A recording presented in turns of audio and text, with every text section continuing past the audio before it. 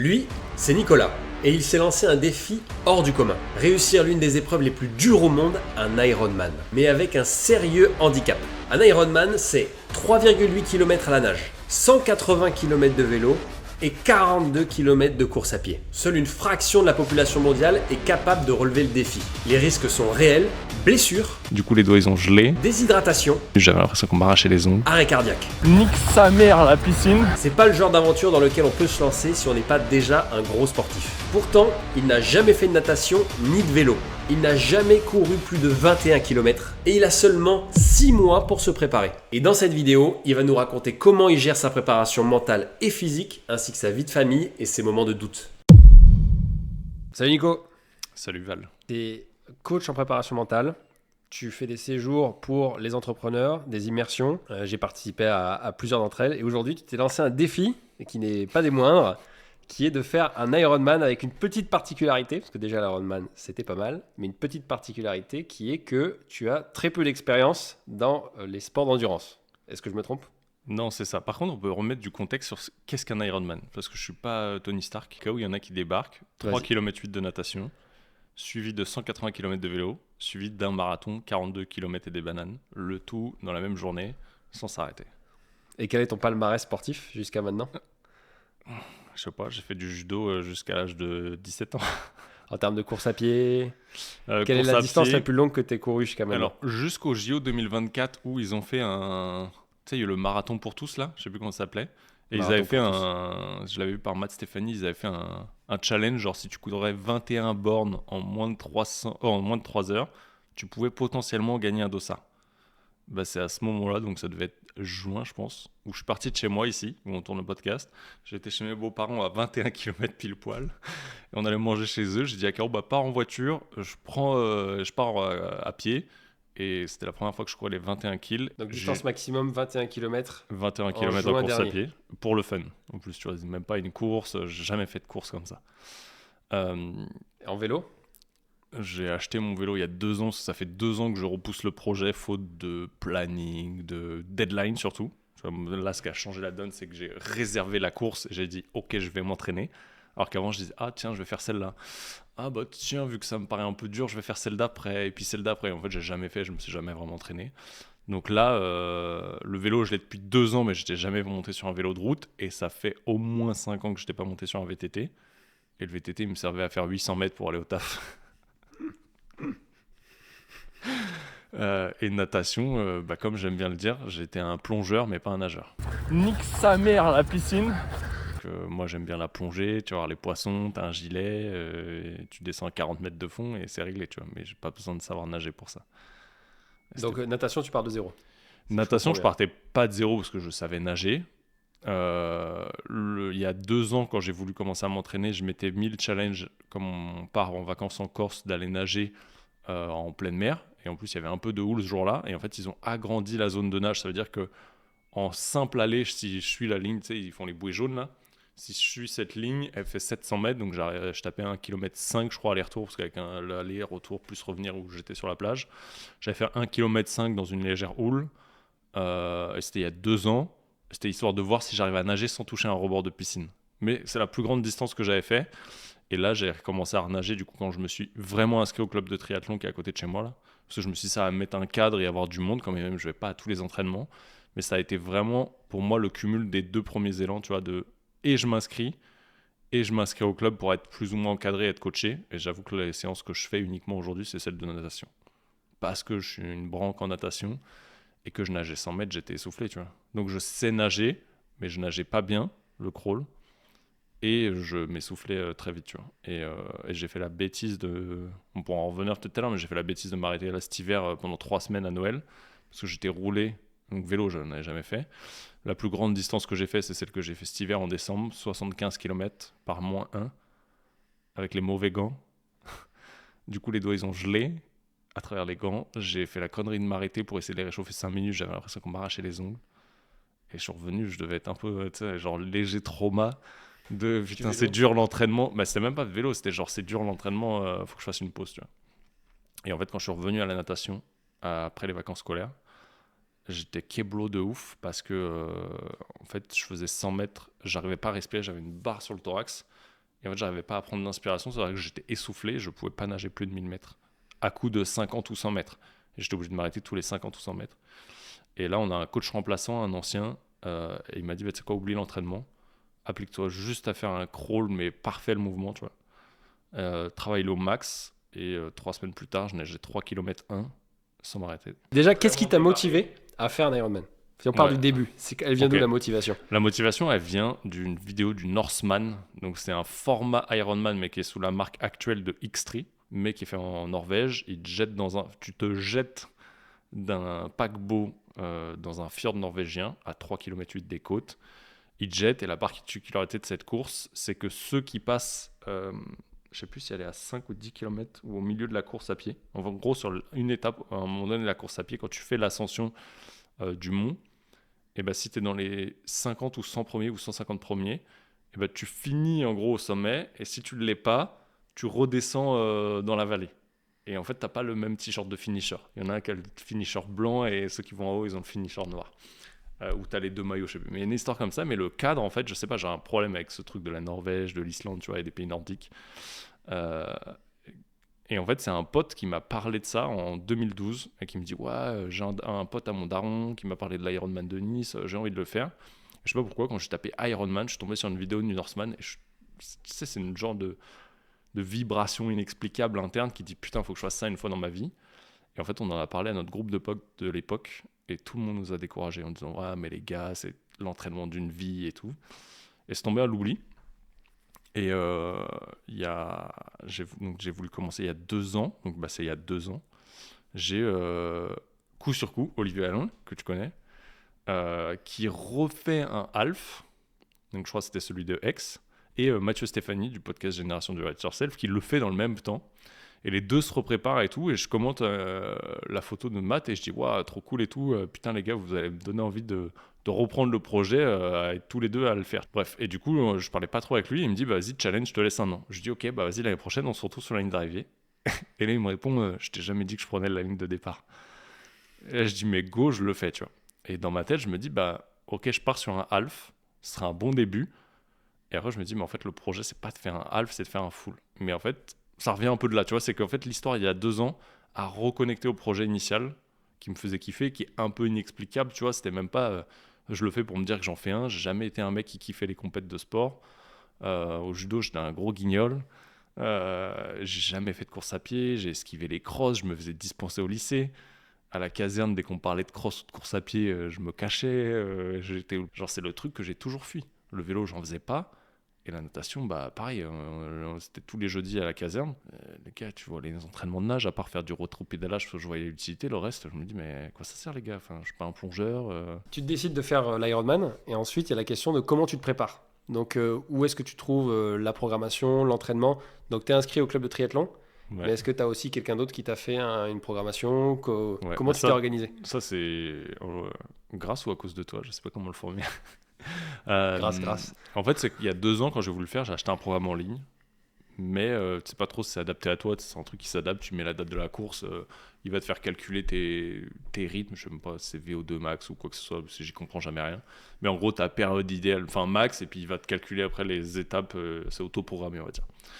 Mais j'étais pas convaincu et je comprenais jamais rien à ces calculs de seuil. Je me suis inscrit au club de tri, et au bout de 15 jours, je me suis dit de toute façon ça suffira pas. Un entraînement de course à pied par semaine, un de vélo où j'y allais pas parce que ça tombait le samedi, j'avais pas envie de rouler 4 heures le samedi. Et les 3 de natation, par contre, j'y allais. Mais la natation, ça va durer 1 heure, 1 heure et demie le jour de la course, contre 12 heures du reste du temps que j'ai à passer sur les 6 à 7 heures de vélo, vu mon rythme, et les 4 heures, 4 heures et demie de course à pied. Donc je me dis, 10 heures, enfin 2 heures d'entraînement pour 10 heures de course derrière, il y a un problème, tu vois, contre 3 heures de natation pour 1 heure et demie sur la course. Et donc en discutant, je savais que tu t'installais un bain chez Richard. Je savais pas qui c'était. Tu m'en avais parlé, mais je savais même pas que le mec il avait une chaîne YouTube, machin et tout. Tu m'as dit appelle-le, il est cool, c'était un bon fit. Et comme il y avait un bon fit entre nous, je me suis dit tu sais quoi, je vais appeler Richard, je sais pas qui c'est, mais je l'appelle. D'ailleurs, c'est pas lui qui a fait la vidéo du Norseman? Et pas celle que j'ai dû voir à l'époque, mais lui en a fait une et je savais pas qu'il l'avait fait au moment où en fait, quand je l'ai appelé, je savais pas qu'il avait ou tu m'avais dit qu'il avait une chaîne YouTube, mais c'est pas resté dans ma tête. J'avais pas été la voir et je savais pas ce qu'il avait fait et son palmarès. Je savais juste, tu m'as dit, le mec il en avait fait plein, j'avais vu quelques rushs de vos stories ensemble et basta, tu vois. Mais en fait, il y a eu un bon fit. Euh, il est pas vendeur, tu vois, parce qu'en plus, c'est même pas son taf premier. C'est juste un truc qu'il fait par kiff pour accompagner des gens qui ont des mêmes objectifs. Et visiblement, il sélectionne, parce que vu qu'il a pas de place, de toute façon, en plus, il se permet de sélectionner les gens. Euh, et du coup, très bon fit. Et j'ai commencé avec lui. Donc, du coup, on a fait les tests, on a programmé. Par contre, je lui ai dit, bah, je focus sur la natation pour l'instant avec le coach, parce que je suis une merde, tu vois. Et donc, du coup, bah, il me fait quand même les programmes de natation, mais je les suis que quand je peux pas aller à l'entraînement. Et sinon, je fais les entraînements de natation du club, mais j'ai son programme grâce à lui, tu vois. Ok. Qui me permet d'avoir un truc qui est vraiment adapté, qu'on peut ajuster de semaine en semaine. Si j'ai des questions, je lui pose. Mais ouais, pour moi, c'était pas envisageable. Et en fait, ça a commencé à je réserve la course, ou je m'inscris au club, je me suis inscrit au club, j'ai réservé la course, parce que je me suis dit, ça va recommencer comme il y a 2 ans. Genre, j'ai acheté du matos, ça sert à rien, ça dort. Le vélo était plein de poussière. Et, derrière, je prends un programme parce que j'y arriverai pas si je reste juste sur le plan du club. Et voilà. Est-ce que tu as un objectif en termes de temps pour l'Ironman? Le premier, c'est de le finir.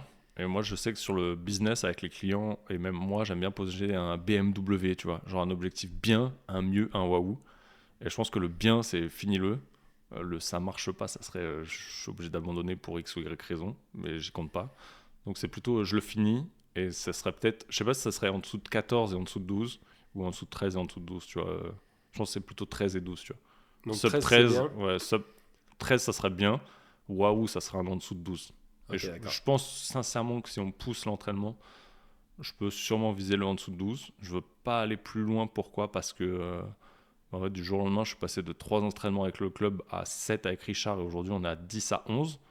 Donc des fois j'arrive à les faire, des fois pas. Parce que du coup, le club, comme on a un coach remplaçant, bah, les horaires qu'on a sur la natation, elles sont cool avec le club. Mais dès que c'est ouverture au public, c'est beaucoup de scolaires, les piscines ici en France.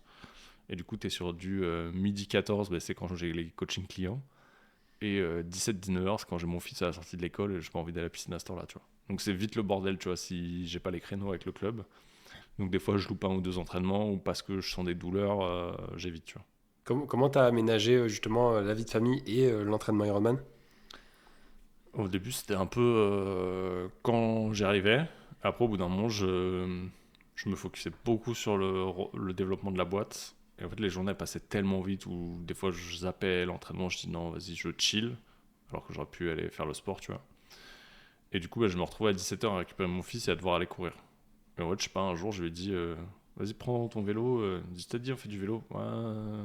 Je dis viens, on fait du vélo. Il fait beau, il fait chaud, on fait du vélo. Bon, d'accord. Et je dis j'ai 8 km à faire.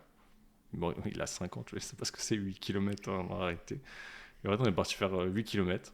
Hyper cool. Après, on a fait 10. Après, je l'ai fait avec Caro. Donc, tu vois, des fois, on sort en famille où je les emmène. Eux, ils prennent le vélo quand je suis en course à pied.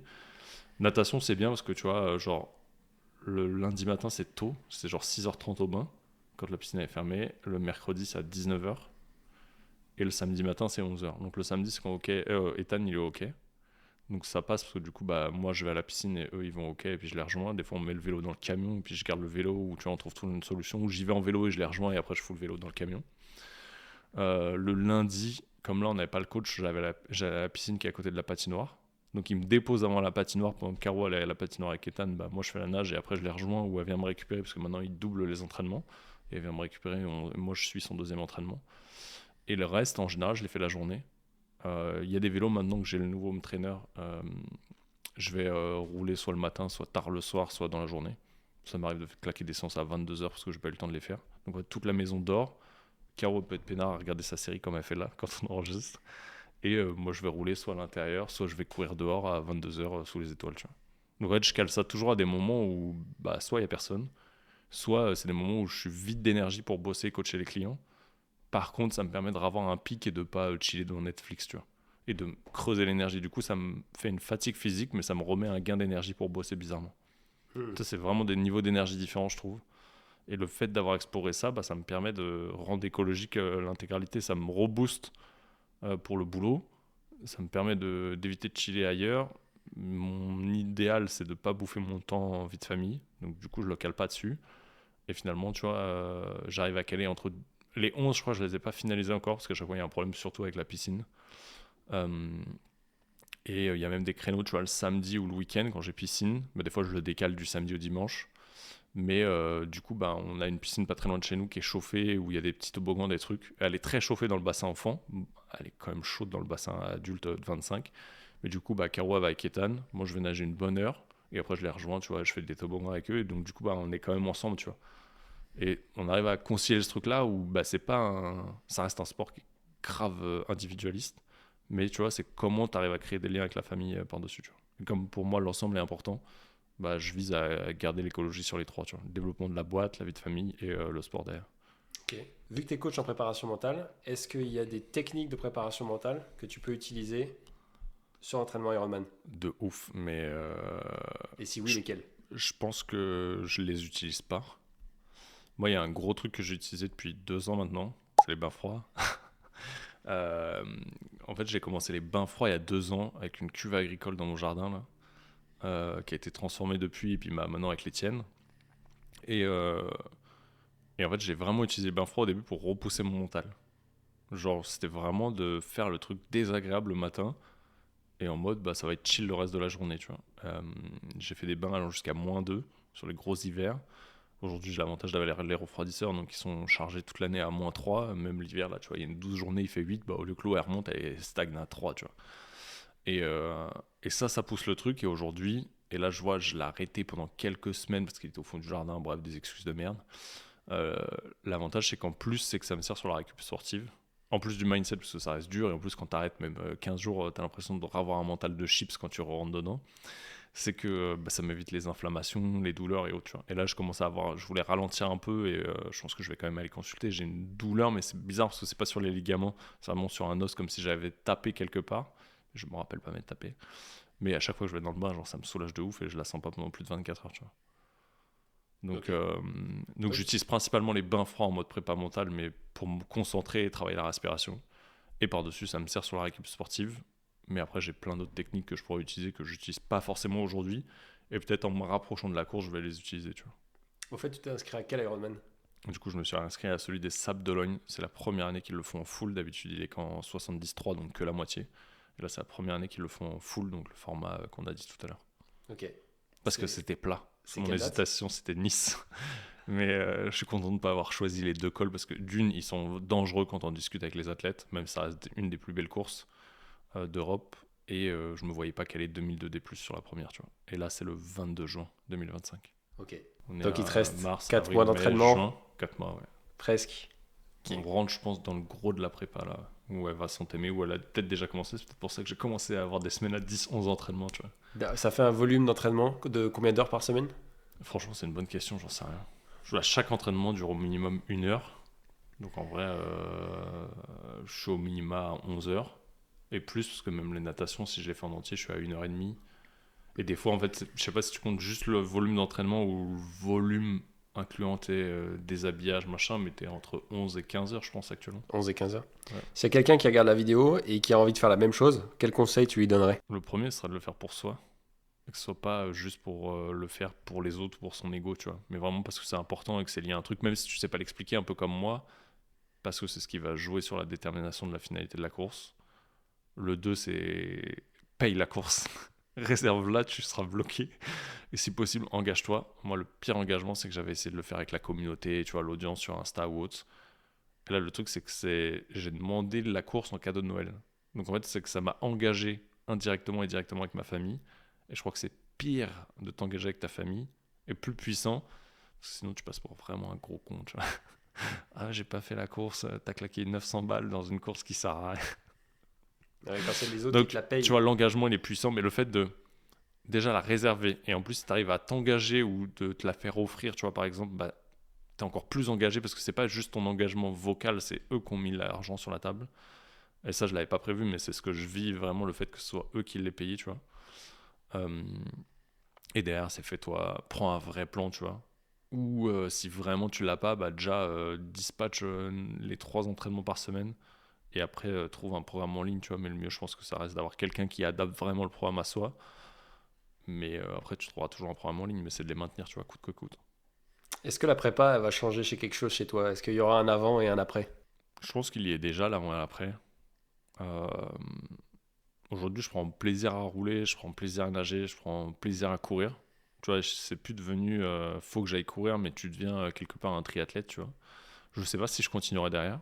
Je sais pas quel est l'objectif d'après. Et en vrai, aujourd'hui, l'objectif, c'est juste celle-là. Même si dans un coin de ma tête, il y a un Norseman qui traîne, parce que ce serait con de pas continuer avec tous ces investissements, parce que ça va vite, tu vois, entre les chaussures, les trucs, c'est cool, la natation, c'est cool. J'ai pas acheté à la combi encore, mais tu vois, t'achètes le vélo, t'achètes le home trainer, ça va très vite. J'ai pété le premier home trainer tout basique à 40 balles, là, que j'avais trouvé dans la grange chez ma sœur. Ah, j'ai pris un vrai home trainer et ça m'a changé la vie, tu vois, parce que je me suis dit, bah, quitte à niquer des pneus, en fait, ça va me coûter le même truc. En fait, quand tu calcules les coûts d'un truc que t'achètes à 40 balles mais qui te flingue tous les pneus de ton vélo, bah ouais, en fait, il faut te racheter une roue, bah en fait, t'achètes un truc connecté. J'ai trouvé une marque, je sais pas, qui déstockait, je payais moitié prix. Mais en fait, ça va hyper vite et je me dis, bah c'est con de s'arrêter à une course, mais ça reste un budget qui est ouf. Euh, mais ce qui est intéressant, c'est que ça a déjà commencé parce que ça m'invite à avoir un meilleur équilibre de vie, tant sur la nutrie, sur l'équilibre avec le sport, que l'équilibre avec le temps passé en famille, et de créer des moments avec le sport et la famille, que d'être encore plus focus sur le business. Et, euh, et ouais, je pense que c'est une étape d'une vie et il y a de fortes chances que si on enregistre un épisode après, je vais te dire, mec, c'est à faire une fois dans ta vie. Je vois bien le truc arriver gros comme une maison comme ça, tu vois. Bon, Nico, bonne chance. Bah ouais, merci.